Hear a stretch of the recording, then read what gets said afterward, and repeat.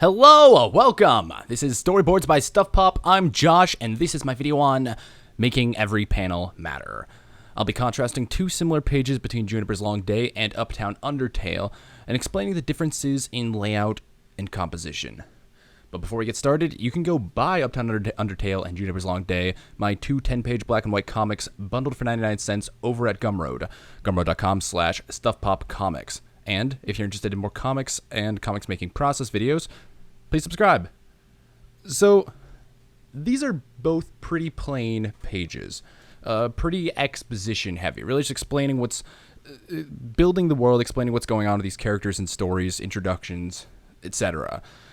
For the Juniper's Long Day page, we learn that this mask-faced character is a ghost, that ghosts are typically bound to nature-related duties, and this ghost doesn't know what she's supposed to be doing. She's purposeless, whatever, and that's an anomaly. That is a mystery for the reader. Uptown Undertale, this is an introduction to Vera Chamay, the fortune teller, and she's welcoming Pepita into her apartment, and we have the transition into the next scene where Donald shows up for his fortune-telling appointment. Now, let's get into each page and get into what's going on panel by panel. Juniper's Long Day. What is going on in that top panel? Absolutely nothing. That's the problem. They're walking and talking, and it is boring. There's the common philosophy or common thought process that with a comic book, you don't have the budget of some CW TV show. You can draw whatever you want on a page. So draw what tells the story the best and what's most dynamic and exciting to actually look at and see. You don't draw something based on the budget of a TV show where you might have a plain walking and talking scene like this, or a real life scenario where you might have a plain walking and talking scene like this. So that's one problem number one with this. Problem number two is they're not showing anything. It's not going on. It's looking at people when they're talking about something. And these people at that aren't doing anything. So they're talking about, oh, you can see me. No one's ever seen me before because I'm a ghost. What's so special about you? Blah, blah, blah. And refer to, oh, since the day I died. Okay. Why are we looking at them just saying that, looking straight at their faces, flat, head level shot, nothing going on? That's problem number one of this page. Problem number two is the next panel, where we look down at Mackenzie and the ghost girl looking out at the bay. And the problem with this, again, is that why are Mackenzie and the ghost girl in the panel? And why are they in the panel, like, just shoved in there in the corner? What's going on here? Why didn't I just show, like, a wider shot of the bay and maybe draw them as tiny little figures?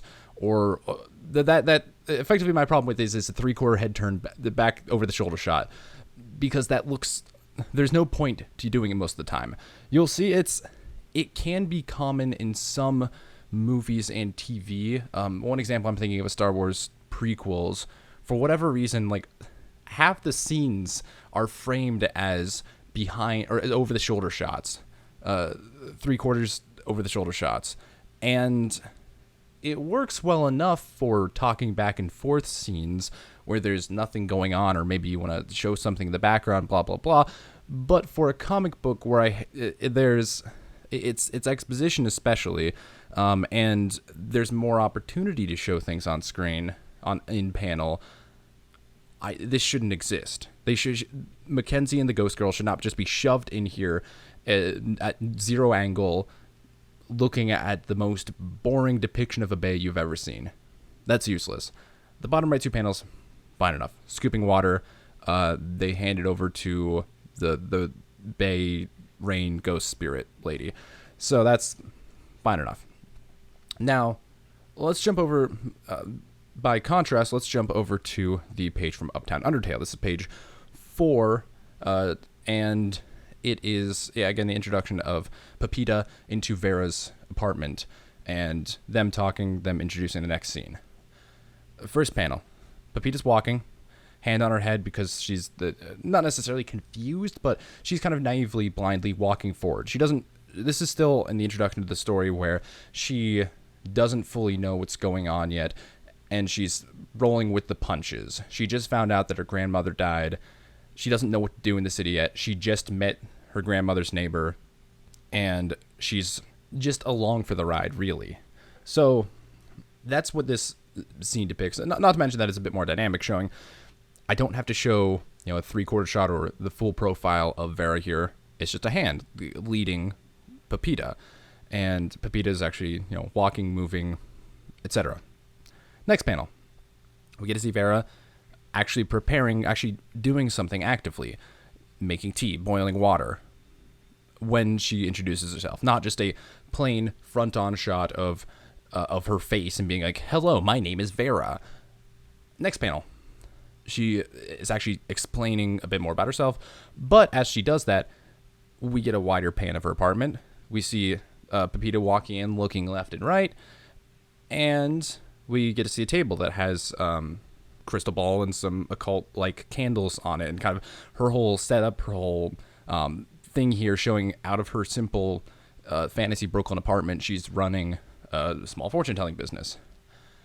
Next panel, she's talking about time. Why not show a clock?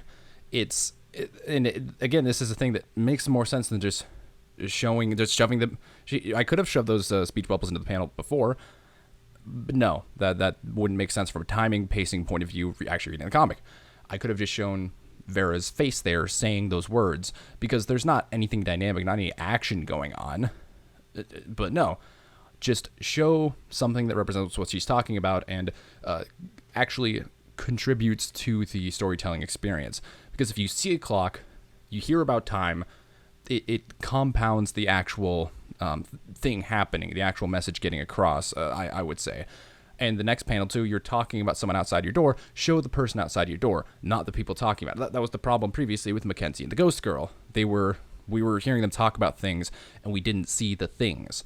Here, we see Donald walking up to Vera's door, and that's because that's what they're talking about. They're talking about Donald showing up for his appointment.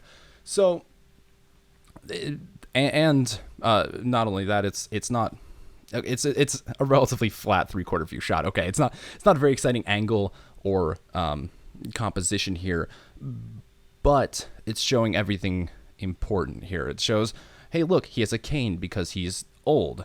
Hey, look, it's the door to the apartment, and kind of counting down, ticking down as the reader is reading each of these speech bubbles.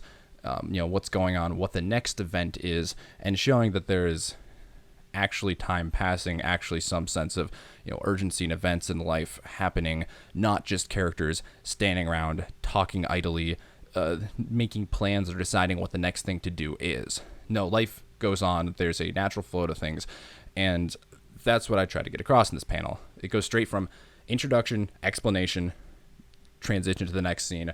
That's actually the story, actually what's important to the theme of the story. So that's really just what I wanted to cover. I just want to give a quick overview of two of these pages. One that I thought I failed with the visual storytelling aspects of, and one that I thought I did a much better job of with regards to generally exposition, explanation, introduction, non-action, non-exciting scenes.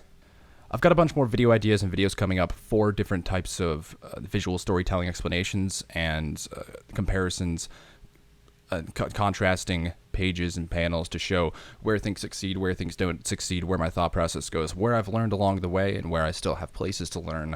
And this will be coming up. This one in particular, I just wanted to title "Make Every Panel Matter," because in the Juniper's Long Day page, the panels didn't really matter. That could have been a prose page of the 30 words that appear in speech bubbles for all it matters to tell the same story. So for those couple panels at least. So make every panel matter, make the visuals matter, and if there's no way to make the visuals matter, maybe consider rewriting the script to a point where or maybe the script isn't telling something important to the story or something that should be told in a comic book format. So reformat that, rewrite it, make something where the panel has significance and actually contributes to the experience of reading the comic book. Thank you for watching. Remember to like and subscribe. And of course, again, Juniper's Long Day and Uptown Undertale, you can get over Gumroad, gumroad.com/stuffpopcomics. More art and process pictures over my Instagram, instagram.com/stuffpopcomics.